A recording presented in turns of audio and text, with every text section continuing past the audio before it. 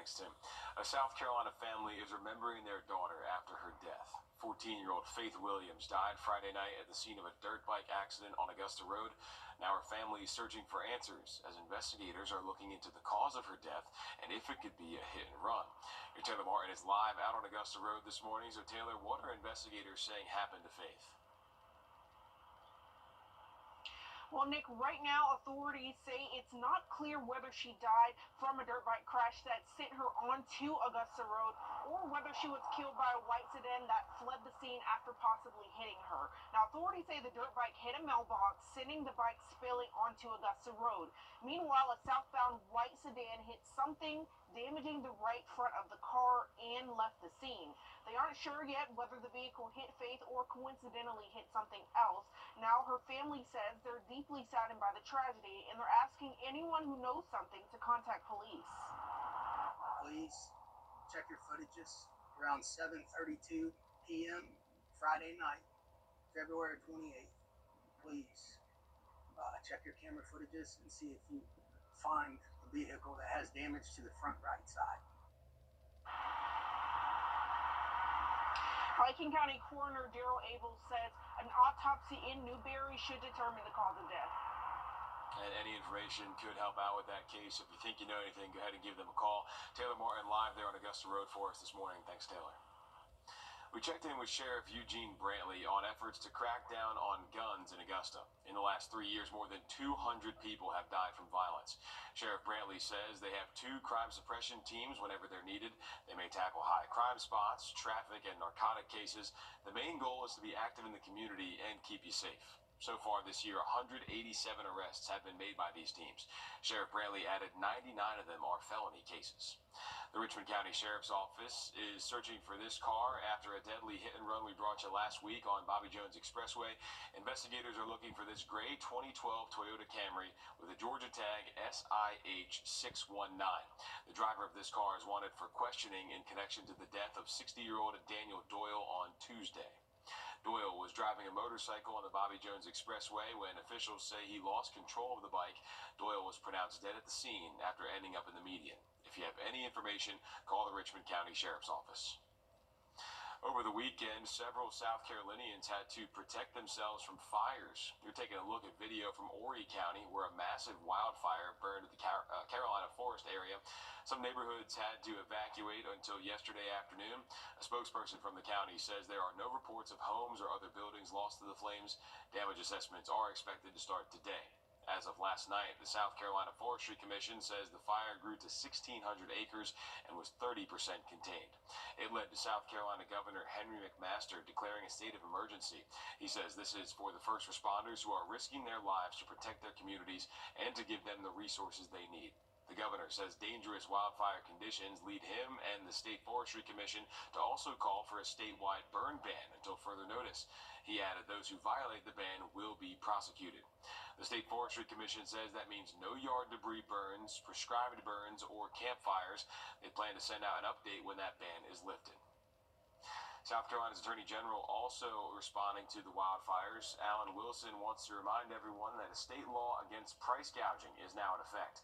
Although he expects some normal price increases, he believes, quote, we may see businesses and individuals looking to unfairly take advantage of the situation through price gouging of food, gasoline, lodging, and other commodities as defined by the statute. Attorney General Wilson says you can send in a report if you think you've been a victim of price gouging. Send his office an email to pricegouging@scag.gov there on your screen. You'll need to include when and where it happened, the price you paid, examples of other prices nearby, and your name and contact information. Flu season not over yet, but there does seem to be some light at the end of the tunnel for Georgia. The CDC reported Georgia is seeing a decline in flu cases, bringing the classification down from very high to high. But officials say flu cases remain high in South Carolina, staying in the very high category where they've been since late December. So far, doctors have called this flu season one of the busiest in memory. Back here in Aiken County, a project continues to grow. We're keeping an eye on plans to bring businesses and apartments to Aiken Town Park. The city manager says they're almost at full occupancy for the complexes. Then a couple businesses have opened up to serve the area, like Chicken Salad Chick and iMart. All in all, the developer says this area will be a unique place to live. felt there was a void there, and then the opportunity to make this a walkable mixed-use project, and was just recently there and seeing how close it will be to a park, to retail, to restaurants. It makes it an exciting place to live. Long expects the park and a couple new businesses will open by the summertime. Several Social Security. A family is wanting answers to how their daughter died. 14-year-old Faith Williams died Friday night at the scene of a dirt bike accident. Now, investigators are trying to figure out how she died that night. Your Taylor Martin is live this morning on Augusta Road where the accident happened. Taylor, what do investigators know right now? Well, right now, Nick, what they know is she was a passenger on that dirt bike. It was heading north on the 1600 block here on Augusta Road. Now, it's not clear whether she died from a dirt bike crash that sent her onto Augusta Road or whether she was killed by a white sedan that fled the scene after possibly hitting her.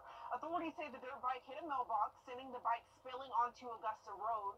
Meanwhile, a southbound white sedan hit something, damaging the right front of the car and left the scene. They aren't sure yet whether the vehicle hit Faith or coincidentally something else.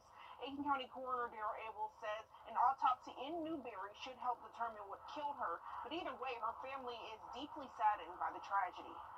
Faith was a very beautiful person, had a very big heart, and she loved to make people happy. And she loved to make herself look beautiful because she was. She was just all around great kid. Do things for others and not respect much in return. Now, Faith's dad says he wants to get the word out about the car so that it can be found.